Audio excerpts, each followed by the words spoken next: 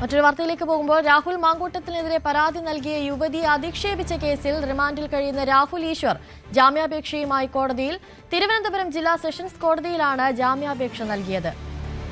ACJM കോടതി വീഡിയോയിലെ ഉള്ളടക്കം പൂർണ്ണമായി കാണാതെയാണ് തനിക്ക് ജാമ്യം നിഷേധിച്ചതെന്നാണ് രാഹുലിന്റെ വാദം. അതേസമയം ജില്ലാ ജയിലിൽ നിന്ന് പൂജപ്പുര സെൻട്രൽ ജയിലിലേക്ക് മാറ്റിയ രാഹുൽ ഈശ്വർ അവിടെയും നിരാഹാരം തുടരുകയാണ്.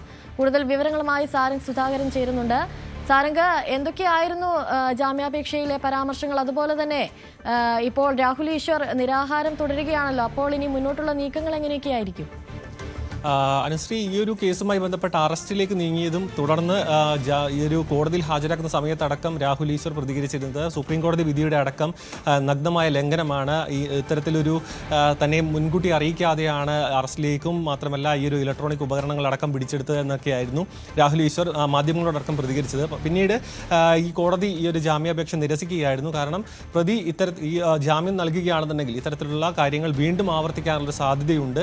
മാത്രമല്ല ഈ ഒരു സമൂഹ മാധ്യമങ്ങളിൽ വലിയ ഇൻഫ്ലുവൻസ് ചെയ്യാൻ പറ്റുന്ന തരത്തിലുള്ള ഒരു പ്രതിച്ഛായുള്ള ഒരു വ്യക്തിയാണ്. ഈ ഒരു അതിജീവിതയുടെ ഐഡന്റിറ്റി വെളിപ്പെടുത്തുന്ന തരത്തിലേക്ക് കൂടുതൽ ഈ ഒരു സംഭവവുമായി ബന്ധപ്പെട്ട് ഇയാൾ കൂടുതൽ വെളിപ്പെടുത്തൽ നടത്തിയേക്കാം എന്നൊരു നിരീക്ഷണത്തിന്റെ അടിസ്ഥാനത്തിലായിരുന്നു ACJM കോടതി ഈ ജാമ്യാപേക്ഷ തള്ളിയത്.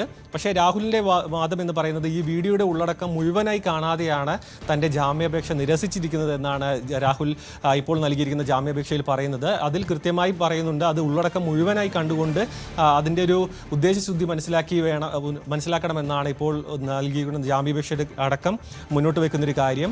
ഇതിൽ ഇപ്പോൾ അനുശ്രീ സൂചിപ്പിച്ചതുപോലെ തന്നെ ഇപ്പോഴും പൂജപ്പുര സെൻട്രൽ ജയിലിലേക്ക് മാറ്റിയ രാഹുൽ ഈശ്വർ ഇപ്പോഴും ഈ ഒരു നിരാഹാര സമരം തുടരുകയാണ്. തൻ്റെ ഒരു ഇത്തരത്തിലുള്ള ഒരു പോരാട്ടമായി, അതായത് മെൻസ് അസോസിയേഷൻ അടക്കം ഒപ്പം ചേർത്തുകൊണ്ടുള്ള ഒരു പോരാട്ടമാണ് എന്ന തരത്തിലാണ് രാഹുൽ ഈശ്വർ ഇത് മുന്നോട്ട് വയ്ക്കുന്നത്.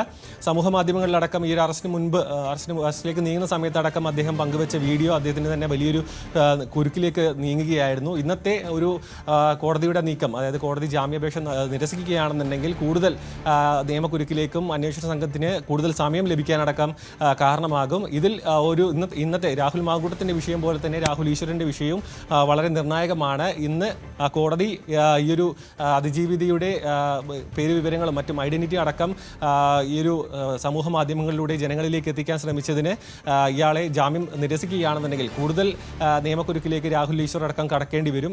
പിന്നീട് ഈ ഒരു അന്വേഷണ സംഘം ഇന്നും കൂടുതൽ ഡിജിറ്റൽ തെളിവുകളടക്കം ഹാജരാക്കാനുള്ള സാധ്യതയുണ്ട്. അന്ന് തന്നെ ഈ ഒരു അറസ്റ്റിലേക്ക് നീങ്ങുന്ന ദിവസം തന്നെ മണിക്കൂറുകളോളം നീണ്ട ചോദ്യം ചെയ്യലിനൊടുവിലാണ് പിന്നീട് വീട്ടിലേക്ക് എത്തിക്കുകയും അവിടെ നിന്നും ഇലക്ട്രോണിക് ഉപകരണങ്ങളടക്കമുള്ള ഇതുമായി ബന്ധപ്പെട്ട ലാപ്ടോപ്പും അടക്കം പിടിച്ചെടുക്കുകയും ഈ ഒരു വീഡിയോയുടെ ഉള്ളടക്കം അടക്കം കോടതിയിൽ ഹാജരാക്കിയിരുന്നു. ഇന്നത്തെ ഈ ഒരു ജാമ്യാപേക്ഷയിലും ഈ കാര്യങ്ങൾ അന്വേഷണ സംഘം മുന്നോട്ട് വെക്കുമെന്നാണ് മനസ്സിലാക്കാൻ കഴിയുന്നത്. കാരണം രാഷ്ട്രീയ പ്രാധാന്യമുള്ള ഒരു കേസാണ് ഈ ഒരു രാഹുൽ മാങ്കൂട്ടമായി ബന്ധപ്പെട്ട, അതായത് സമൂഹം ഏറെ ചർച്ച ചെയ്യുന്നൊരു വിഷയമാണ് നിലവിൽ. ആ വിഷയത്തിൽ ആ ഒരു അതിജീവിതയെ അപമാനിക്കുന്ന തരത്തിൽ അല്ലെങ്കിൽ കുറ്റാരോപിതയാക്കുന്ന തരത്തിലേക്ക് കാര്യങ്ങൾ നീങ്ങുക മാത്രമല്ല ഈ ഒരു പേര് വിവരങ്ങളടക്കം പങ്കുവെക്കുക എന്നത് ഗുരുതരമായ ഒരു ആരോപണമാണ്. നിലവിലുള്ള ഒരു സാഹചര്യത്തിൽ ജാമ്യാപേക്ഷ പരിഗണിക്കാനുള്ള സാധ്യത, അതായത് ജാമ്യാപേക്ഷ നിരസിക്കാനുള്ള സാധ്യത അടക്കം മുന്നോട്ട് വെക്കുന്നുണ്ട്.